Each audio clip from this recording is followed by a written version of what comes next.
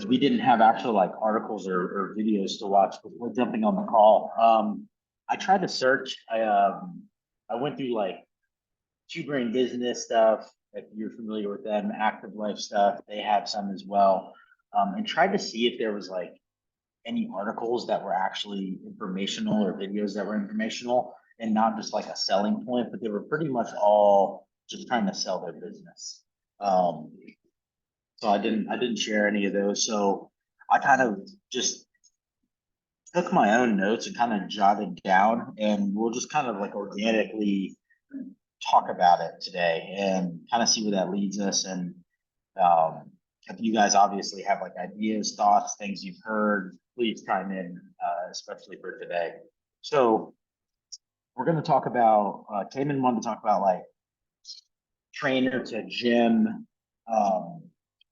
like protocols and like potentially like negotiations when it comes to personal training, maybe small group training, or even like doing program. So I want to get into that. And then I also figured we would chat about, I think, ways to build the trust that leads to getting those clients, as well as ways that you'll just break that down and like totally ruin it for yourself without even like technically knowing that you ruined it for yourself.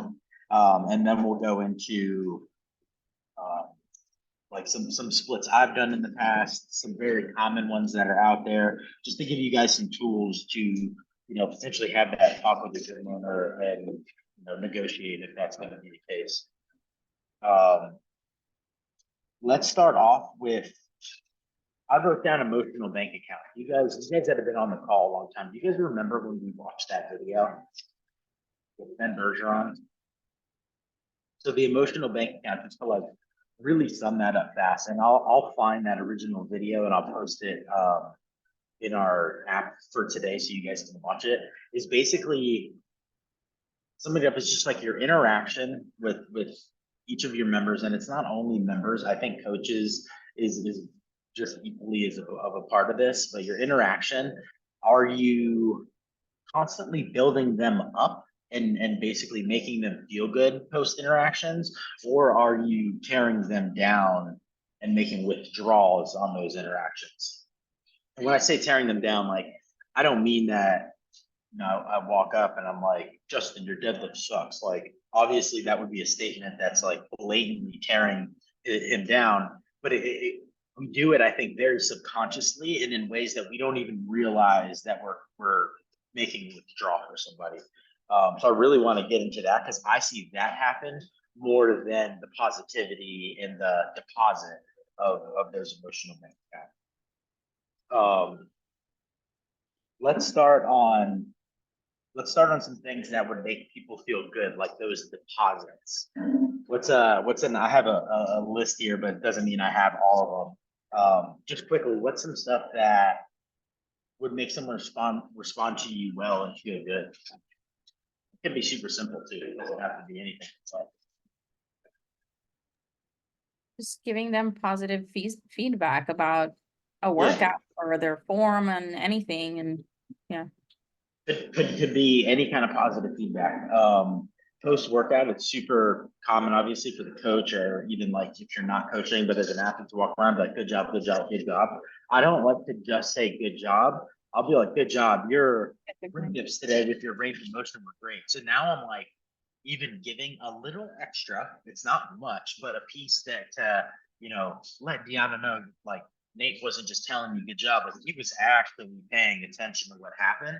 And I think that deposits into the care as well. So if you can even just like give a little extra tidbit on like things like that, I think that even just goes a little longer of a way. But yeah, any kind of positive anything, doesn't matter, I think, what it really is. That's a great one. What else? I think we're building on that. The quality of the interaction. So there's a lot of things going on, right? You have to look at the clock. There's there's a lot of distractions, other people moving around, loud noises, but just giving that good eye contact and undivided attention. Like, we think going on a date with someone, with a stranger, and like they're on their phone and they're looking past your shoulder, they're talking about whatever. So having that really quality, high engagement.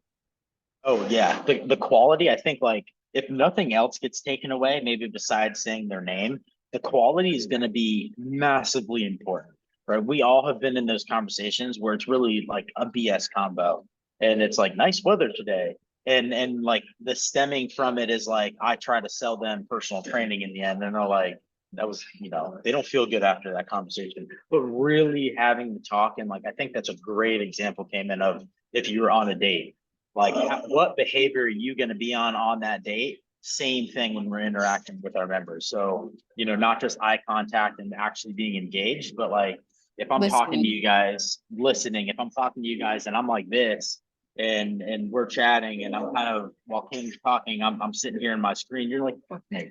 Like he's not really listening, he's not really engaged. So picking up your phone, this is a hard one, but checking the time. Like if you're coaching and you have to start class at 9 a.m., like yeah, glance. Like don't get stuck in a combo and class is waiting. But like for no reason, if you have nowhere to be, try not to check the time. It just makes it look like you're ready to be done with that and move on with your day. So yeah, quality is huge. And like Dee said, listening. It's common sense, but a lot of people do a really bad job at it. They don't listen to listen and understand. They listen to respond. And it's hard. Like I'm guilty of that too. I think we all are at some point, but trying to be very conscious of it. So that's a great one. Something else. Following up on any conversation that you had, Yeah, following up. followed up. If you've got a bad memory, be a weirdo and put some notes in your phone about, Deanna likes crop top tank top. Doesn't matter what it is. Like it can be anything, but if you remember the person was special, especially if it's related to training. A really good one is the person you see in class and kind of like working their shoulder, like go up and have the conversation, like, hey, what's going on? Like, does it hurt? Like, what do you feel? Like, and give them something to help work on it. But then the next day, the next week, hey, how's your shoulder feel? Like, don't forget to ask that again. Don't just brush it under the top. Yeah, following up, even on details that aren't fitness related, I think makes people feel like you remember them and they were seen. Like everyone wants to feel seen. That's something to remember. You guys are crushing it. Keep it going. Giving That's them not a- compliments on anything. Like usually if I see somebody with new shoes, I'm like, ooh, I like your new shoes. I do that. Whatever. Yeah. Yeah. Try coming to my class and getting new shoes and me not saying something. Always. Yeah. So look, little compliments like that. I guess you can group that into like the positivity one too. Mm-hmm. I have a couple more. They're all kind of related though. They all do blend in with each other, I would say. Names, right? I said it, but like saying names is, I think, massive. Like I try to say everyone's name at least 5 or 6 times. And especially if it's someone that's a little newer that doesn't like know me, or they were a free trial, maybe they've been, a new member in the gym, but I haven't really had them in class and I've seen them. Like I really try to make sure that one, I take the time if I don't know it, that I actually ask it and then use it. I coached 9 a.m. class this morning and I had 3 gentlemen that I knew were members. I've seen them around the gym. I have never had them in class.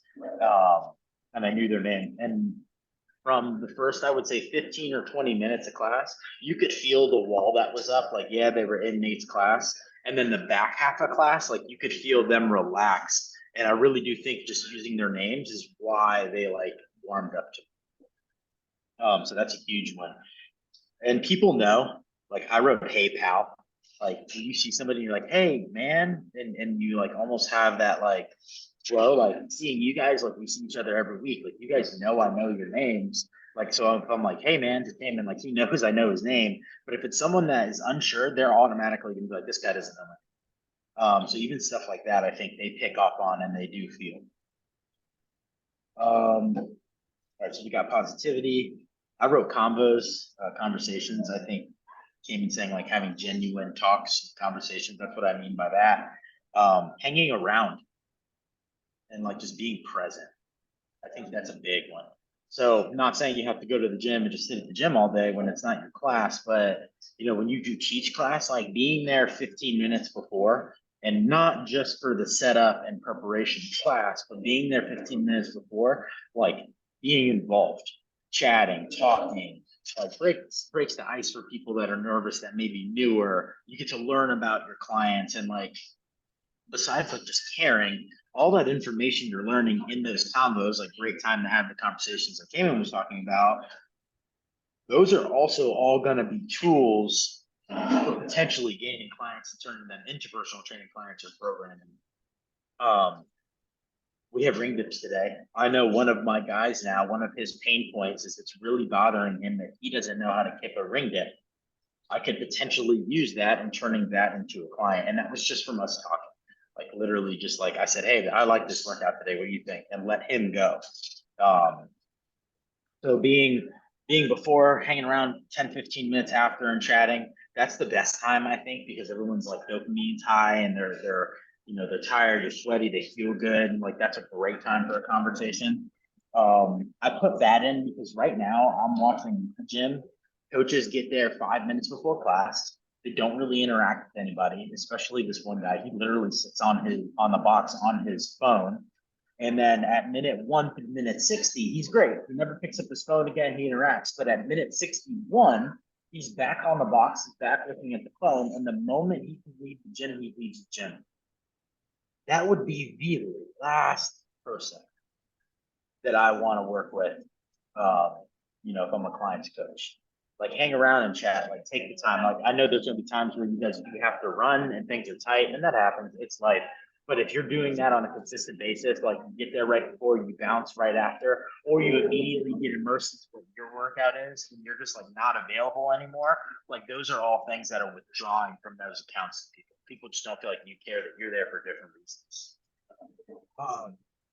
I wrote Be Human. I think sometimes it's really easy for us to be like the almighty coach, and people do look up to us. And even though we may personally think we're not these like crazy good athletes, like a lot of members are still going to look up to what we do.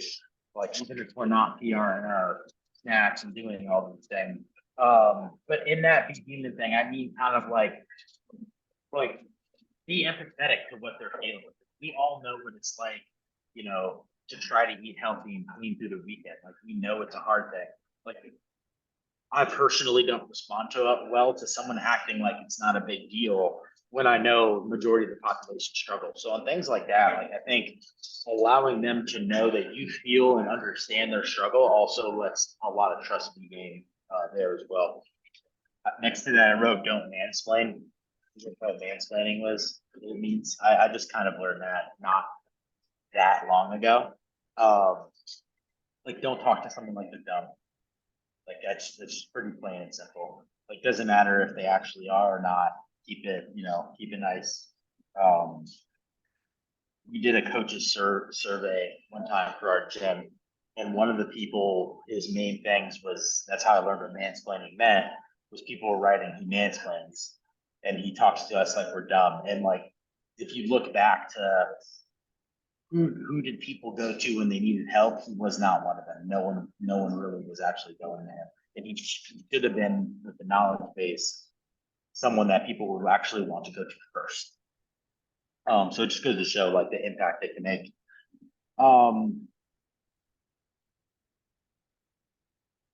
Prepping for class and having like individual ideas for people. So like if you've got a member coming into class and because of those conversations, that one of their goals is to improve their strength, I could be like, hey, Yana, let's, instead of doing 50 deadlifts today, let's do 30 deadlifts today, but let's go heavier load so we can work on your goal. That makes people feel real good because now you're very attuned to what they're individually wanting. And then just as a coach in your own like tool of your tool belt, use those things. Like don't be afraid to make little tweaks to stimuluses based on what people may need or what people's goals are. Like have some fun with it. Like we have our workout of the day. We know that it's modifiable. We can make it easier. We can make it harder. It's also modifiable into those wiggle rooms as well. Typically, yeah, let's stick to the stimulus, but knowing some of those goals and utilizing them can be an awesome thing. I had a guy this morning, we had a handstand walk or a wall walk option. He can't really handstand walk. He's like borderline close, So we did the little like handstand walks to the wall, not part of workout. He can wall walk, but he was stoked for that because he got like 5 or 6 that were actually like, you know, a handful of steps, and he felt like he made way. So play with that too, and I think it makes people feel good that you remember what they're like striving for, and not be afraid to give a little bit. Have you guys ever been around a coach that like doesn't give anything, and like, and someone needs advice and they're like, well, let's book a nutrition consult, let's book a session, and it's like they're unwilling to tell the person to eat meats, vegetables, nuts, and seeds at quantities that support exercise. They just want to go straight to the part that I get paid for telling you this information. Be willing to give. Like, you guys are on this call every week. You have a lot to give. Like, everyone that gets on this is a smart coach. So don't be afraid of giving information and like running out. You're not going to run out. There's just different scenarios and things like that. So I think the giving really also builds trust with people as well. And it shows how much you actually care. Like, you're not just trying to pull a dollar out of their pocket, which I think people sense, they smell it. And the moment you fracture that trust, especially if you're someone that's like really just chasing getting the client, chasing getting their money, like, they're done. And when they're done, done. They don't come back up. What are some things that would be a withdrawal? Got a couple we haven't hit. I mean, the opposite of everything you just said. Yeah, the opposite. So what about for like the positivity and building there? What would be a way that you could withdraw from someone very unintentional? So like, we're talking opposites, like let's go actual example for that one. I mean, maybe just not giving them feedback ever, not cueing them at all, like just kind of ignoring them, I guess, in class. I do think you're right. Not ever coaching would be something that a sign that you really don't care. Did you guys see the post that CrossFit put that she was talking about, that talking about being relentless and like feeling like the coach was riding her ass, but then she realized the coach was coaching everybody, and like then, you know, she had the reflection. She was like, oh, this person actually cares about how I'm moving. So yeah, that's spot on. What about like one-upping? We do it all the time on accident. Like, Yeah. it's never on purpose. Like, you know, Yeah. Cam's like, oh, I did 225 on the deadlift today. And I'm like, oh, nice, man. I did 315. Like, I didn't mean to do that to him, but I was just like, good job. I beat you, you know? So it's a really, really easy one to do. I try to only tell people what I got, what I did. If they go, what did you get? Or how much did you lift? Then I'll answer their question. But that's one I think that happens so much, and it's so easy to do, that someone's stoked about something and you immediately accidentally just like poopy on that because you did more, and it's just, you're excited to talk about what you did. It's not a malicious statement at all.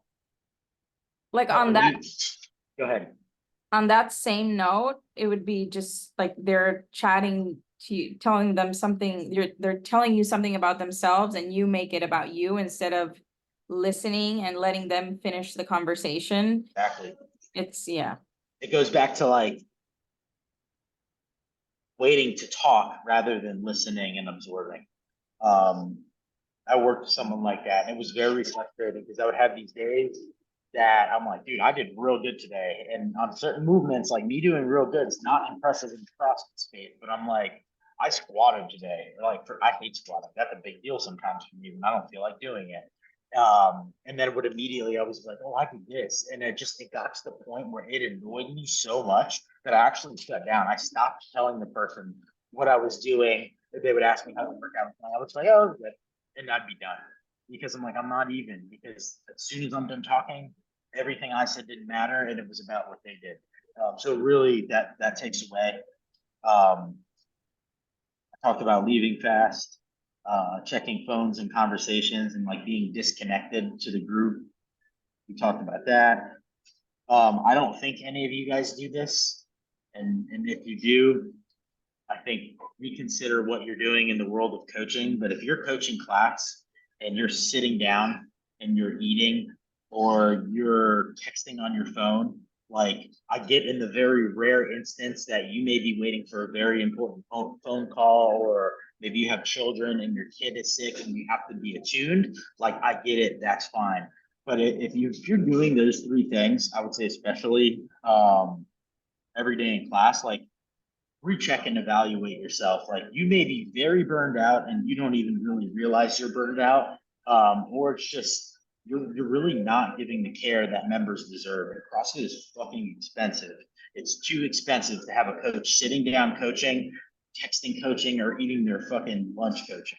Like, it's something that upsets me. And if you were paying, my gym's almost 250 a month, like I would be pissed if that's happening. So that's obviously one that just checks people out instantly. And then they're probably not even going to want to go to your class. And if they are going to your class, they're probably just going to your class because that's the only thing that fits their schedule and they have to. So that's like a big one. I've even had members come up to me on that topic and tell me about another coach. And I've kind of sat back and watched, and like the coach wasn't even actually texting. They just kept pulling their phone out and peeking. And they weren't even replying to anybody, but the constant peeking at it agitated the member enough for her to come to me and tell me. So just be very aware in class. The smartwatches, like I know you get a text message and it goes off and you read it, like human reaction, you're going to glance and move on. Don't sit there and read the damn thing either, because that's no different than being on your phone, in my opinion. And don't work out when you're coaching. Oh, I forgot about that one. That's one that I don't even think of because I think that's so 2008. But yeah, obviously don't work out while you're coaching. I promise you, if you think the WOD is a workout that you can work out while you coach, there's a lot more skills that need to go into your coaching because you could be coaching a lot more. I would say the only time that I am personally okay with it is if it's like a big gym event and it's like Murph and there's these heats going on, and maybe there's a blend where you started a heat, you warmed them up, you got them going, and then another coach is maybe finishing Murph, and there's kind of this like blend over, and it's not these perfectly structured classes. Like if it's something like that, like I'm okay with it. But you still kind of have the whole group and like this family effort of coaches going around helping and coaching. It's not like they have no eyes on them, for a point in time. I forgot about coaching. So eating, sitting, phones, working out with the class, and then simple mistakes. And what I mean by that is like, it's very easy before I coach to be like, how many squat stations do I have? What are, the groups I'm going to have to break class in for those squat stations, or how many boxes, how many rowers, like easy logistical things that we could have planned for that sometimes don't happen. And then in the middle of class, we're like, and we don't really like know what to do, stuff like that. Or just misreading the workout. You guys that follow Mayhem, I don't know about y'all, but like, I think it's very, very easy to misread their workouts sometimes. So just really, read it. If you have any question, look at the WOD brief, text the head coach. So stuff like that. I took a class last week that was supposed to be a 12-minute workout. Coach misread it because Wodify listed it as 2 rounds, and the 2 rounds meant the times in each interval section, not 2 rounds through the whole thing. And we ended up doing a 24-minute workout and doing it twice, which led to me sandbagging. And I mean, it was a good aerobic workout, but it definitely took away from the intent of what it was. So just very simple things like that do make a difference. And if you listen, you hear members mumble it and they kind of say things, and they don't directly be like, Coach, that's wrong. But they'll be like, I thought this was one time. Like just little stuff like that, you can trust as well. I know that's a lot of stuff and like to be mindful of. If you feel like any of those things was something on your list, just pick one. Pick one, start to work on one. Like if you're like, man, I don't say that many names, like go with names. Or if you're like, man, I don't get into that many conversations where I'm actually talking, like make it your goal that you have a conversation with one person every class. And I think members, even if you're not talking to them, they see you talking to somebody else and caring, and that still has this little effect. Any statements you guys want to add or like Yeah, things I didn't think of? I had one more thought, Nate. I was thinking, consistency just as a member. So outside of coaching, when you're just taking the regular classes, I don't think members can differentiate, like, all right, Nate's a coach now and Nate's just working out. So the way we present ourselves and behave and obviously the You're a verbiage coach that we always. choose always, which, is annoying Always. sometimes when we're exhausted and we just want to go in there and do our Yeah, it thing. is. But that's, the price to pay. It's part of it. So. No, I think you're 100% right. I do think if you decide to put on that coaching shirt one time, you are now a coach. You're a coach whether you're not working, you're on vacation. If you go to your gym, you're a coach. I think that is something I missed. Spot on. So being consistent, not only in your product of class with your clients, but being consistent outside of that as well. Ben Bergeron has in a podcast, when he's like going through his hiring process, one of the things he does, and I don't know if he does this anymore or not, this was years ago I heard this, but he said he would wait until that new hiree and that new coach was like in the middle of one of their workouts, and he would send a member to get help, and he would watch their response. And if the person was like, "I'll be with you in a minute," they weren't part of his staff. That wasn't something he was looking for. He wanted the coach first and athlete second. And don't get me wrong, there's nothing wrong with being an athlete and taking what you do very seriously. I think that also has its own ripple effect into your coaching, the standards you're upholding, as your own athlete. But if you're like solely an athlete first and then you're a coach second, like that's not something that's great for your relationship or for the gym. Yeah, thank you for bringing that up. Absolutely nailed that one. Anything else? Any positives or negatives that you guys think we missed?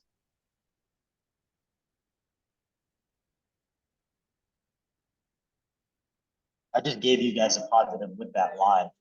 Notice that I said that we missed. Like now I'm creating a group, I'm creating a community. It's not I missed. Does that make sense? So little verbiages like that as well, I think you ripple off. Like we're working on your squat. Like my job is to help you move better. Your job is to give me effort to move better. It's give them the credit or a commutative credit, not, oh, I made your squat better. No, the person had to actually do the squat and do the actual hard part, right? So little stuff like that too. So I've led this off with that because I think in the mind frame of building a clientele base and getting personal training going, getting programming clients, you have to do those positive things well and the negative things on the side of it. I think when we think of sales is kind of like a scary thought process. Like, oh God, I'm a coach, I'm not a salesman. Your salesman ability or saleswoman ability isn't going to be sitting down and giving a pitch to somebody and trying to sell them a package. Your sales pitch is your product that you're on the floor, is your conversation, is your giving a little bit, like all of those little things is your sales pitch, right? When I started this group, we started with 2 people that wanted to work on their level 3s, right? They both passed. Congrats, Steve. And I ran the group for a year and didn't charge anything. And like my sales pitch wasn't texting Justin and being like, hey, do you want to, pay me per month to be on this group? The sales pitch was me giving information and providing improving value. And then I got to the point where my schedule started getting busy and I also deserved to make a living. So I added a subscription. Same thing with like personal training or programming. Like work with people, help people. I'm not saying you got to be on the floor an hour, but take 5 or 10 minutes and give them a little tidbit.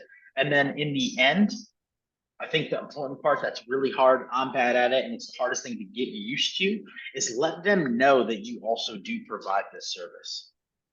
Like how many of you guys have had a conversation, and like Justin, same for you with like in yoga, have had that convo of someone that probably could use one-on-one work or maybe programming because they're working on something very specific. How many times have y'all told them that you do that? I've told them a little bit. A little bit. So like once or twice ever, right? Yeah. I think the reality is that we take it for granted that we do that, but they don't know and they don't realize that we do. The gym I'm at now ran a survey last year, and their survey was like, I think it was like, what could the gym provide to get you, to your fitness goals faster? And one of the things was programming. One of them was personal training. And she said a lot of people ended up checking the other box, writing a comment that they didn't even know that personal training was available to them. And to us, it's like common sense, and you think everybody thinks about it, but they don't. Out of sight, out of mind is a big thing. But letting them know, like, not maybe the first time you have a convo with somebody, that as you've been like, hey Deanna, how's the food been going? I know we chatted about it last week. And she's like, oh, and we have another convo, be like, hey, listen, if you really ever want to dive in, let's set up a session and we can do this.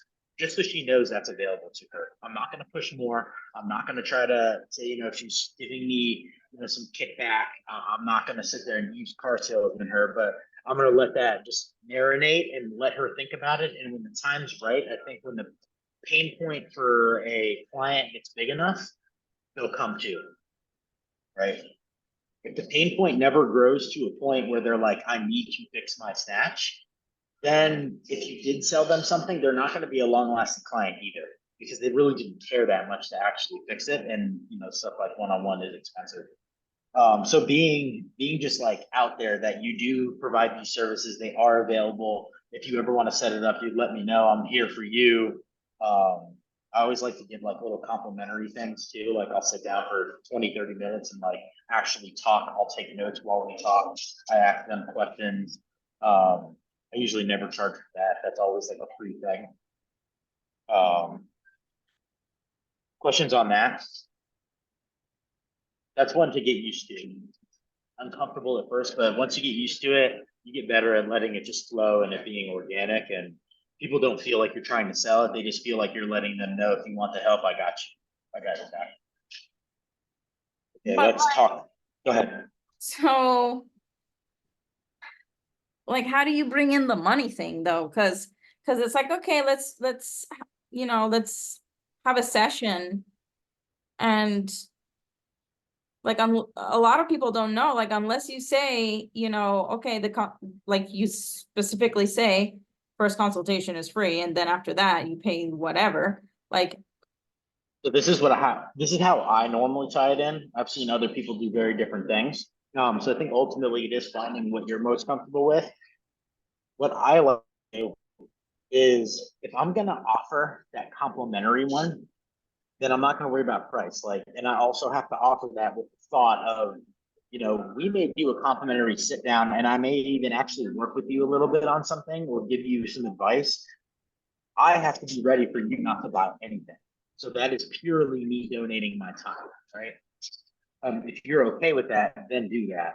If I do it that way, what I normally do is whatever we talked about, whatever notes, if I offer them any advice, things like that, then I'm like, listen, I'm going to email you. I'm going to summarize everything we talked about today, and just like maybe what your goals are. If we talked about, making changes or corrections and things, I'm going to put that in the note, and then be like, I'm also just going to send you what the packages are and the options if you do want to keep working.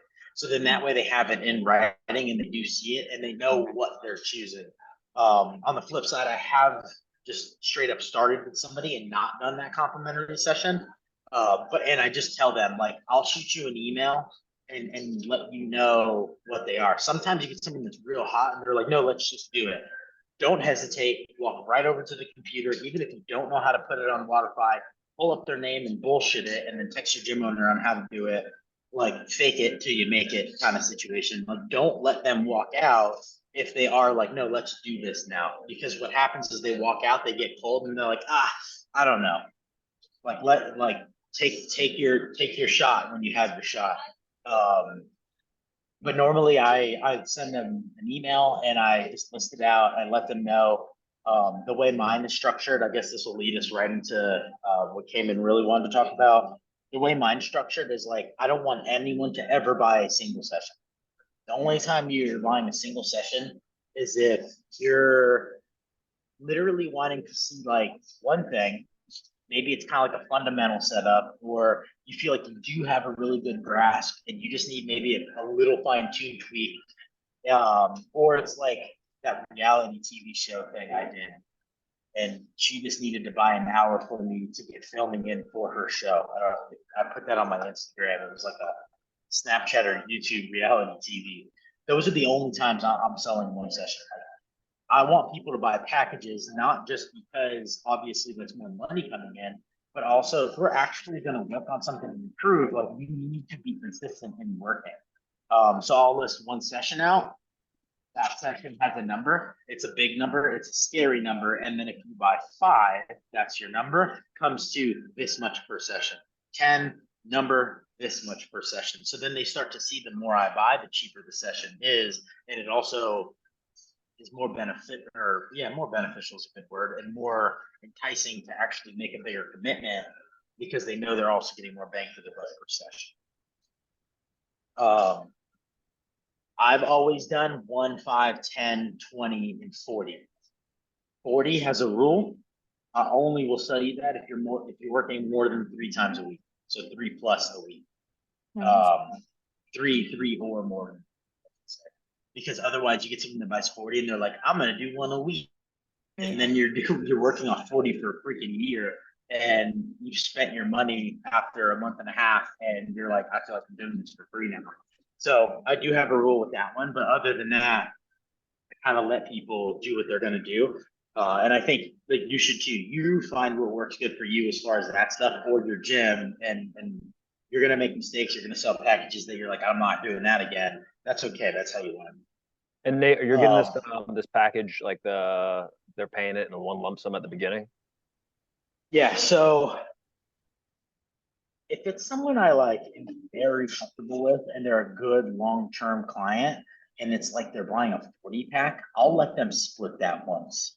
But it's also someone that I've like trained before. I have trust in them and they're not going to stiff me. The one thing I always do is I'll charge like the second half a little bit before we start the second half. So like if we're doing 40, I'll make sure I charge that other half of it at like 15. Does that make sense? Because the way they will stiff you is if they like got to the halfway point, they're like, no, I'm not going to do the rest. They just paid for like a 20 pack on a cheaper rate than you would charge. So that's why I do it with somebody that like I really trust. But other than that, I do it upfront. You will have some exception, like people that are going to be exceptions that are like very unsure, and I think it's just your discretion on if you're going to let them break something up, or like I've had people that will buy 5 for the first one, and it's just because they want to really make sure they want to do this, like 5 the first time, and then they're like, okay, no, this is good, and then they'll do 20. So like working with that as well, just that's in your conversation with them. But yeah, upfront is how I like to do it.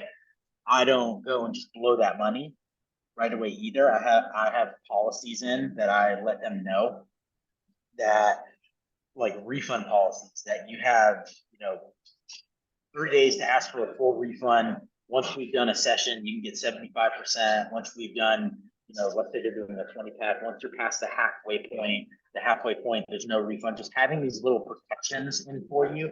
And I'm not saying it because you're just going to hammer them and fuck them over. Like there's shit that does happen sometimes, but that's why I put the money into like an escrow bank account or to the side in a savings account.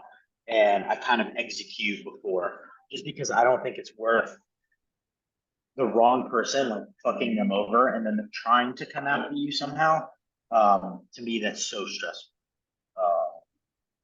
So I kind of just have a little bit to the side, at least like to fit my structures that I have layered in on like what refund policies would be. One time, a long time ago, I had someone buy a 20 pack, and then I don't know what they did, but they went before we even started. They played pickleball or something like that, and they rolled their ankle. I knew they weren't lying because I saw them in person. Ankle was huge, and like they couldn't start, and their doctor told them no. So like, imagine if I would have blown that money, and then we didn't even do a session, and so I just refunded them. They ended up coming back once they were better, and they did buy. So shit does happen. questions about like packages, sessions, like how you would structure that? Yeah, I guess if you're gonna do, I guess it depends on what the person's, their goals are, but you typically will plan out your, let's say it's a 10 pack. You're gonna plan out from day one what exactly what it's gonna look like, or how do you? I do, good question. I do like a rough draft plan is how I would say that. So I've had I've had clients that are like, I want this. And I'm not exaggerating here. Like they literally tell me, I want to do this. I had a girl one time that was like, I want to do core work only. So I did one of the rare times I did 30-minute sessions because I'm like, how much core can you do in an hour? Like 30 minutes should be plenty. Like a 10-minute warm up and 20 minutes of core, you're probably blasted. And we did our first 3 sessions. She had bought a 10 pack, and then she was like, these workouts aren't enough. She wanted full blown workouts, like didn't really mean core work. So that's why I say I do a rough draft, like, and I'm able to like audible. So most of the time they're going to have a goal. You lay out the goal, but like leave yourself some wiggle room and leave room to make tweaks. And I wouldn't write out all your workouts because what I'll also say is like you'll have someone that's like, I want to work on my snatch and I've been CrossFitting for 10 years. And in your head, you have this little bit of expectation of what it's going to look like because they've been CrossFitting 10 years. And then you see them and you're like, oh shit, my whole plan's out the window. Like they're not capable of any of this. So I just have a very vague general plan. And then once you get to know people more and more and you've been working with them, then you can start to get a little more tailored and a little more detail oriented, I think, as you work with them. So very rough draft plan, malleable on what you change around it. Like I would not write 10 workouts out. I would write maybe the first one, see how that goes. And then from there, I can start to stack and build and plan out more detailed for them. Because I think that the information, especially that you'll be provided and people say, isn't always super accurate on like what's actually happening. Like how many times have you guys coached a class or like Justin, you've done, a yoga class and someone's like, oh yeah, I've done this before. I've done it for the last 5 years. And then they start moving and you're like, not sure where you did this before, but it does not resemble what we're doing. That happens more often than not. Quick side note, there's some open gym people at my gym, and they've been CrossFitting for more than 5 years. And when I say his air squat looked like a bad push press position, this is not exaggeration. So like this is someone that's told me they've been there, doing CrossFit for 5 years, and I'm like, you still don't know what an air squat actually is. So I mean, it happens, and it's okay. That's why we're coaches. That's why we're here to change it. So yeah, rough draft planning until you really know them. I have 2 questions, Nate. So first question is like, what's the price range for like a 5-pack? Range, also the range being from like a new CrossFit coach to like a level 4. And then the second question is, how does a package like that compare to a personal trainer? And what would you get from a personal trainer maybe differ And from a CrossFit coach? Nate, before you answer, to add to Justin's question, the rates also, if it's like, all right, I'm a member at the gym, how much they should be charged versus like, I'm also want you to train my son or friend who's not a member of the gym. Okay. All of that, I'm going to lead off with it depends. And the reason I'm going to lead it off with it depends is if I'm training in Wichita Falls, Texas, and I've got a small population, or I'm in a demographic that the household income is $50,000 versus I'm in a demographic that the household income is $1.2 million. Those things are going to dictate what I'm even able to charge, whether I'm a level 1 and I've coached 1 day of my life, or I'm a level 4 and I've coached the last 25 years. So like that automatically is going to be into play on what I'm doing. You know, or, Melu's in South America, and that demographic's going to be very, very different than where I'm at in Austin right now. So like those things are going to absolutely factor in. There is an equation that Active Life, they're like, they do a blend of like business development, and part of what they do is provide how to figure out your structures for personal training. I know I have their equation in a notebook somewhere. I'll find it and post it in the app, exactly what they do. I think they're a little on the high end because they're very much about creating a living and you getting paid of what you're actually valued for. So you can take that with like a grain of salt and dictate a little bit and play with what your area is. You do a quick Google search and find out what your household income is in your area from the census. So I would say that is off like first base. If you're looking at, and we'll get into like what you're splitting with the gym, if you're looking at a level one, like I don't think you should charge anything under like $70 an hour. Because if you look at like a $70 an hour and the gym is taking away 30 or 40 of it, then what are you looking at? You charge 70 and the gym's taking 35, like you just worked for $35 an hour. Like I know personally, if it's a one-on-one session, it's not worth my time to really go under that, right? And I'm a level 3 saying that. So I think that should be like your bottom base, like bottom base.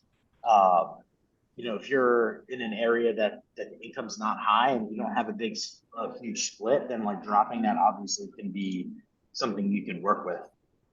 For level 2, I would say don't go under like 85 an hour. For level 3, I think you should start to be looking at 95 triple digits, like per session in that range. When I list out, I think I'm worth a lot of money. When I list out my one-on-one personal trainings, I list a single session at 130. And then from there, I go to 5 sessions, drops down to 105. 10 sessions drops down to 95. And then when I do 20, it's 85. I like the 20 because that gives me consistency in my income. So I'm willing to do it. Now, with that being said, when I used to do those rates, I had a set cost that I would pay the gym. So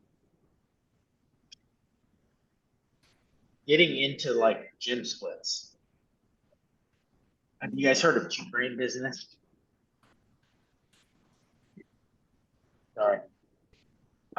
Two-brain business is gym, specifically CrossFit gym consulting firm.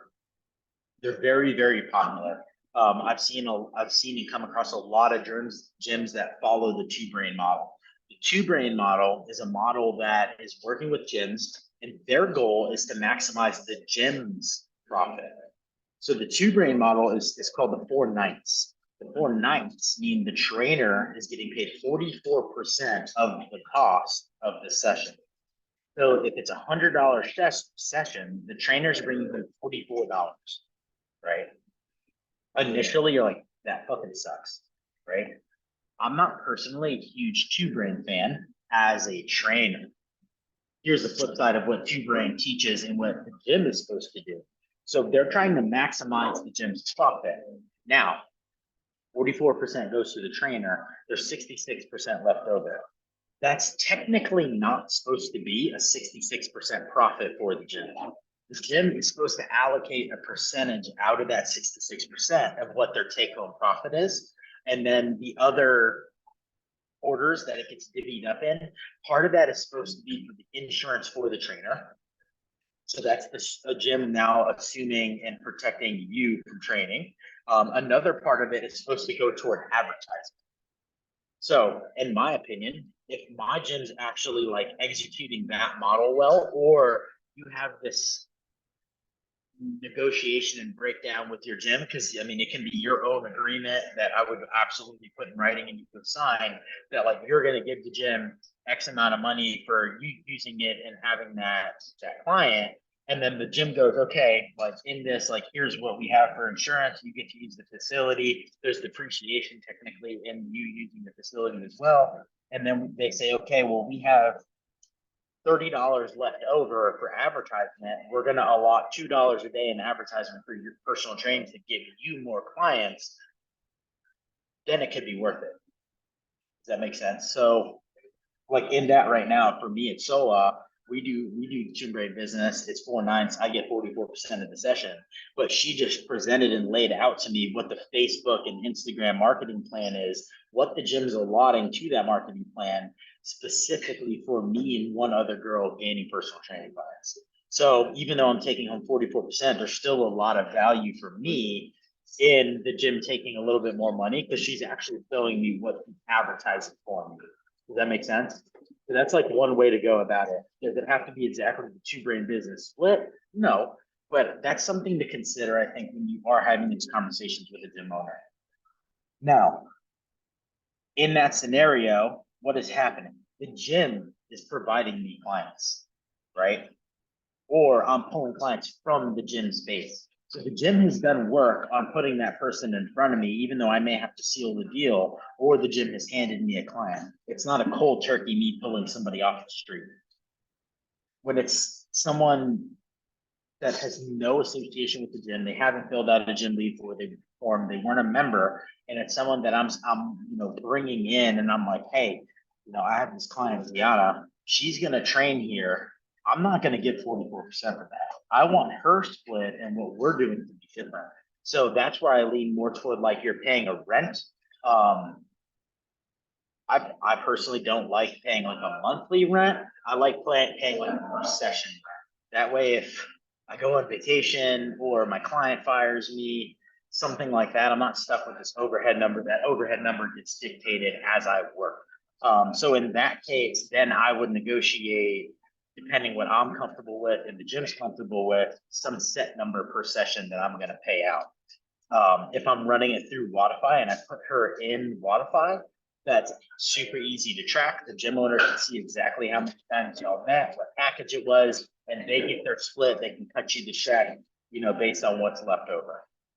If it's a situation where I'm privately billing, you also have to consider now I'm paying a credit card processing fee and I'm getting hit there. And then I'm also going to have to write my check out to the gym owner. Personally, what I found when you do it that way, sometimes the gym owner is like, how many sessions are you actually doing? So I think the more transparent you can be, the better the relationship between you and your owner, as well on top of that. But if it's someone you brought in that has nothing to do with the gym, consider having a separate split for that because they weren't provided. You're just now paying for facility, basically, nothing else. Does that make sense to you guys? Do you have any questions on that? The only other part was the how much do like personal trainers at like a global gym get? Oh, global gym. I've been so far out of that world, I actually can't even tell you a number without probably calling and acting like a fake client. What I will say is when I was in that world and I was starting out training, I got paid $25 a session. So virtually shit for a session. That was at Gold's Gym that I did that. However, that was also in 2013. So we're talking over 10 years ago. I would assume that that number has gone up. I wouldn't assume that it's gone up massively. I had to take a guess. That trainer would probably bring home somewhere between like $30 and $45. And then just from some side conversation, I had a coach here that was working at Lifetime Fitness. I believe they were charging. They did it two ways. You could pay like a monthly membership on your training, and you got 6 training sessions or whatever the number was. I think they were charging, it sounded like between 100 and 120. And then they word it like, master trainer, and like the master trainer is actually their basic. So they make it sound, better than it is. And then it's elite trainer. They have these like fancy names based on that too. I'll try to find out what Global Gym personal training, what that kind of runs. And if you guys are curious, like find one and just call. Like, I'm interested in personal training. What's the number? And like, don't let them bullshit you. Like, don't let them try to make you come in and sit down for a consultation and just be like, no, I literally need the numbers. I'm budgeting. Even I want to know if this is even feasible. And if they don't give it to you, be like, I'm gonna hang up the phone. Like, so if you really want to get curious, like, do that. But they're the people who sell, I think, personal training in global gyms are the same type of person that the used car salesman. So they're ready for your workarounds and your objections to it, and they're trying to get you into like a conversation where they can convince you more. So if you do decide to call or put an inquiry in, like be ready for that and just like have your foot down and know what is the pricing. I'll try to also find out just out of curiosity. I'm sure Austin and South Florida are pretty similar in numbers, I would say. I had one more thought or one more question for you. I have one more thought. Hold it on one second. If I have like a member that comes up to me and they're like, hey, my son that's not a member of the gym, I kind of consider that as like overarching gym, because I wouldn't know that person, if they weren't a member at the gym. So I kind of treat like friends and family of gym members as like my friends and family members of the gym. Like I treat them with the same, I don't say respect, but the same, if there is going to be like a little bit of a rate difference that you decide to go with, I treat them as like the gym rate difference. Because I also think that it's telling my gym member, keep talking about me, keep going out, keep trying to get your friends and family to come in here. Like it's going to give them more motivation versus if I charge them something different or it's more, I'm not going to go tell my friend to come to the gym and get my personal trainer if my friend's going to have to pay more than I do. So I kind of just treat them as all one umbrella blanket. Eamon, go ahead. Will you, let's say you're establishing a new client, will you provide any sort of baseline physical measures and then progress monitors or progress checks at maybe 5-10 checkpoint just to show that results are better? Yeah, I definitely do that. I personally do it just like we would in CrossFit class. Like I track those metrics. And I tell them, like, there'll be days I'm like, hey, we're doing a benchmark workout today. Even if it's not planned, it can be something you've created that's tailored for them. I let them know, like, we're gonna do this again at some point in time. Sometimes I have an exact time frame plan, sometimes I don't, and I kind of just keep it in my back pocket. But I track all that stuff. Strength, if they're doing metcons. If it's someone that's like purely body based and we don't really have like physical metrics, then like that's the person that I love tape measures. Tape measures are really, really beneficial because I've had people that haven't lost weight and you tape measure them and you're like, well, there's a 4-inch difference here. And they're like, oh, this is working, even if the scale hasn't shifted. I've had that happen. So yeah, I definitely do metrics and work there. Technique stuff and Olympic weightlifting people, videos. You'll be so happy you took a video of the shitty lifts later on when the lifts are pretty. I'm gonna see in my phone if I have my old weightlifting client.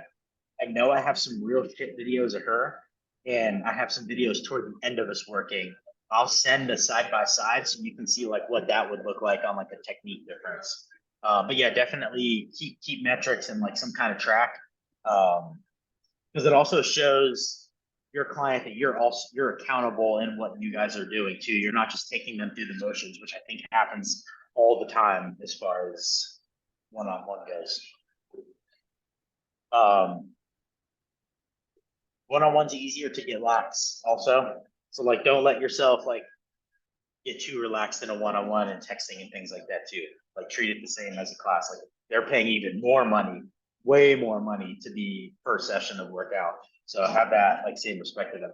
I'm super guilty of that too. You get to be friends and you get to chatting and it's just real easy to slip on that. I've got one more thing and then if you guys have any more questions. In you and your gym owner or wherever you're training coming up with like splits, like don't be afraid to negotiate. And I think like know what kind of pants you have on in your negotiating. So if you got no clients and the gym owner's like, yeah, we'll build your base account, you really don't have a lot of what's the word I'm looking for? You don't have a lot of shit to talk in your negotiation. You know what I mean? So it's kind of like whatever you can get, and then you go from there. Versus when you're established and you're really getting the ball rolling. Let's say you're the only coach in your gym that's also pulling people from class, not only from class, but you're getting people that are already part of the gym and you're turning them into one-on-one clients as well. Like your value starting to go through the roof for your gym owner. Like if I take Deanna's coming to class and she's worth $200 a month, and now we're like, hey, let's just do once a week of skill work or once every 2 weeks of skill work. And then she bought, a 20 session pass that was worth $1,600, and the gym's gonna go ahead and take home, $600 to $800 of that. Like now she's paying $200 a month, and in a 4 or 5 month span, I also just doubled her value as a member to the gym. So if you're able to do that and develop that skill, like that alone is worth a lot of money too to the gym. The gym's going to make more money. Now we're all happy. Kind of know your worth in that, and if you are negotiating, and then once you're really rolling, have your numbers and like keep track of exactly what you've made. Like obviously you got to do tax, so you'll know your number, but like what you've made the gym, like that can be really, really important when it comes down to your negotiating.